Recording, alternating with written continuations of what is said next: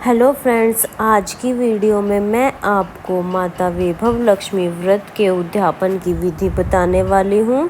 माँ वैभव लक्ष्मी व्रत का उद्यापन कैसे किया जाता है, बहुत ही सरल एवं संपूर्ण विधि आज की वीडियो में आपको देखने को मिलेगी।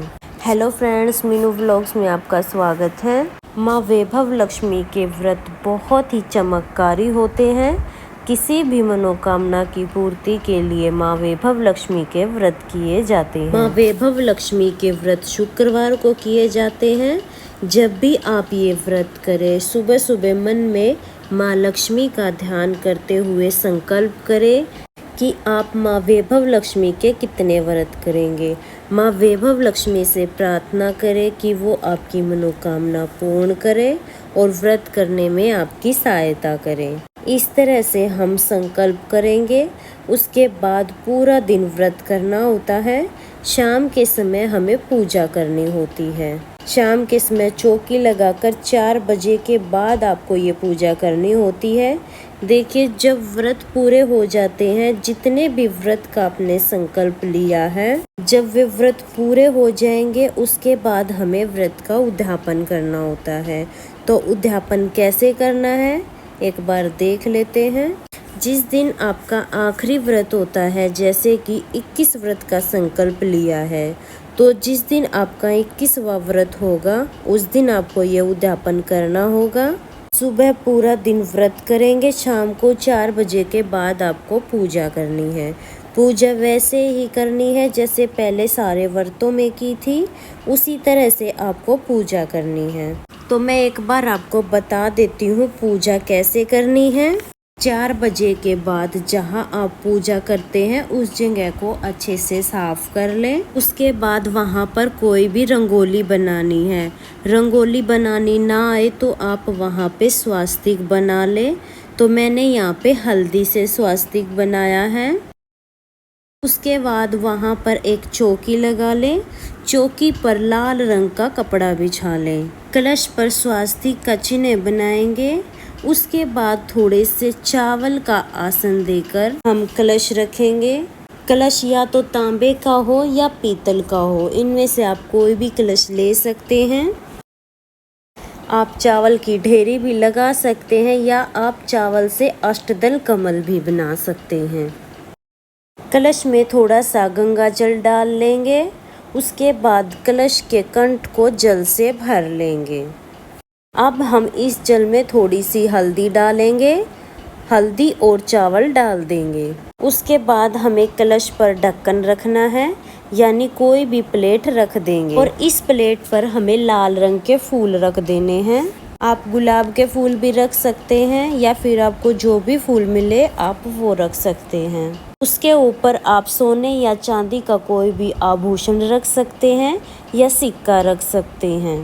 उसके बाद चौकी पर थोड़े से चावल रखेंगे और फिर हम गणेश जी भगवान को विराजमान करेंगे। तो मेरे पास यहाँ पे गणेश जी भगवान और माता लक्ष्मी की ये तस्वीर है। तो मैंने यहाँ पे साथ में ही गणेश जी भगवान और माता लक्ष्मी को विराजमान कर लिया है।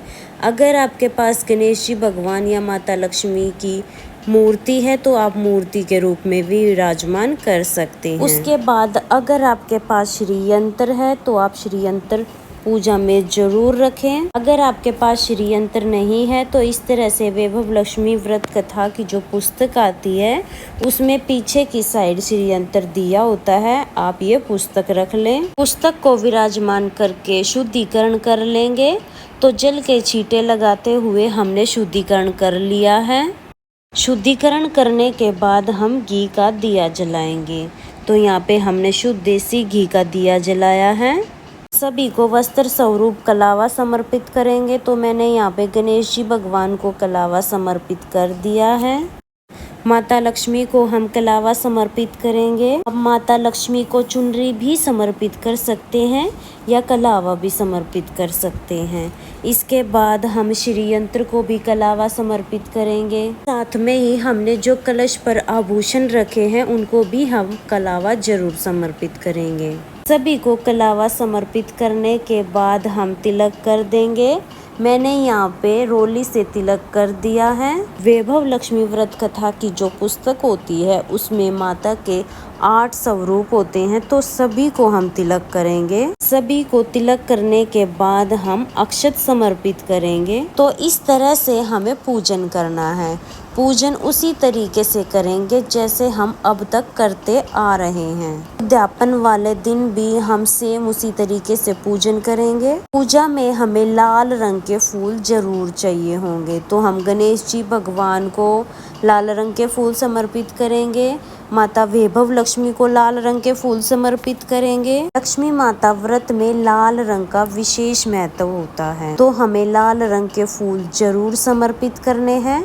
आप किसी भी रंग के फूल ले सकते हैं, लेकिन लाल रंग के फूल हमें जरूर लेने हैं। उसके बाद हमें भोग समर्पित करना है। वैभव लक्ष्मी व्रत में खीर का भोग लगाया जाता है। साथ ही हम जल समर्पित करेंगे। इस दिन उद्यापन करेंगे तो उस दिन तो हमें खीर जरूर बनानी है और ज़्यादा खीर बनानी है, क्योंकि उद्यापन में हमें जिनको भी भोजन कराना है उनको हमें खीर का भोजन जरूर कराना है। उसके बाद हम धूप दीप दिखा देंगे। माता वैभव लक्ष्मी की व्रत कथा पढ़ेंगे। तो व्रत कथा आप पुस्तक से भी पढ़ सकते हैं या व्रत कथा चैनल पर आपको मिल जाएगी, आप वहां से भी व्रत कथा सुन सकते हैं। तो मेरे चैनल पे आपको मिल जाएगी कथा, आप वहां से सुन लेना। माता के सभी स्वरूपों को हम प्रणाम करके हम व्रत कथा सुनेंगे। व्रत कथा सुनने के लिए हमें हाथ में फूल लेने हैं और चावल लेने हैं। व्रत कथा सुनने के बाद आपने जो हाथ में फूल और तिल चावल लिए हैं वो हम लक्ष्मी माता को समर्पित करेंगे। इस तरह से हम माता लक्ष्मी को समर्पित करेंगे। पूजन करने के बाद हम माता लक्ष्मी की आरती करेंगे। तो यहाँ पे सबसे पहले गणेश जी भगवान की आरती करेंगे और फिर माता वैभव लक्ष्मी की आरती करेंगे। आरती करने के बाद हाथ जोड़कर माता वैभव लक्ष्मी से अपनी मनोकामना पूर्ण करने के लिए प्रार्थना करेंगे और पूजा में रही कमियों के लिए क्षमा याचना करेंगे। उद्यापन के दिन भी हमें शाम को ही पूजा करनी है। पूजन करने के बाद आप 7, 11, 21 जितनी भी सुहागिन महिलाओं को भोजन कराना चाहते हैं उतनी महिलाओं को आप बुला ले। कम से कम 7 महिलाओं को हमें भोजन जरूर कराना होता है। जिस दिन आप उद्यापन करेंगे एक दिन पहले ही आप निमंत्रण दे दें। उद्यापन वाले दिन पहले पूजन कर लें। फिर उसके बाद जितनी भी महिलाओं को हमने बुलाया है उन सबको भोजन कराएंगे। भोजन में हमें शुद्ध सात्विक भोजन कराना है, जैसे पूरी, सब्जी, खीर, हलवा, जो भी आपने पकवान बनाए हैं उनका भोजन कराएंगे। भोजन कराने के बाद आप सभी को दक्षिणा दें। दक्षिणा आप अपनी यथासंभव इच्छा अनुसार कितनी भी दे सकते हैं और एक एक कटोरी हमें खीर देनी है। यहाँ पर हमें कटोरी भी दान देनी है, तो नई कटोरी आप खरीद कर लाएं, उसमें खीर डालें और एक एक कटोरी खीर हमें सभी महिलाओं को देनी है। साथ में ही हमें श्री वैभव लक्ष्मी व्रत कथा की पुस्तक भी देनी है। तो मैं आपको एक बार फिर से बता देती हूँ क्या क्या चीजें देनी है। जितनी भी महिलाओं को हम बुलाएंगे उद्यापन के दिन सभी को हम भोजन कराने के बाद पैसे देंगे, यानी दक्षिणा देंगे। एक एक पुस्तक देनी है। श्री वैभव लक्ष्मी व्रत कथा की आप पुस्तक दें और एक एक कटोरी खीर हमें देनी है। इसके बाद सभी के चरण स्पर्श करके आशीर्वाद लेंगे। सभी महिलाओं को विदा कराने के बाद वैभव लक्ष्मी माता से प्रार्थना करेंगे, हे वैभव लक्ष्मी माता, मैंने आपके चमत्कारी व्रत पूर्ण कर लिए हैं और मेरे व्रत का उद्यापन भी हो गया है। आप मेरी मनोकामना पूर्ण करने की कृपा करें। हे माँ, सभी का कल्याण करें, सभी के दुखों को दूर करें और सभी की मनोकामनाएं पूर्ण करें। इस तरह से माँ वैभव लक्ष्मी के सामने प्रार्थना करनी है। उसके बाद आप स्वयं भी प्रसाद ग्रहण करें। इस तरह से माँ वैभव लक्ष्मी के व्रत का उद्यापन किया जाता है। तो आप शुक्रवार के दिन जब भी माता वैभव लक्ष्मी का व्रत करें तो इस तरह से पूजा करनी है, उद्यापन करना है।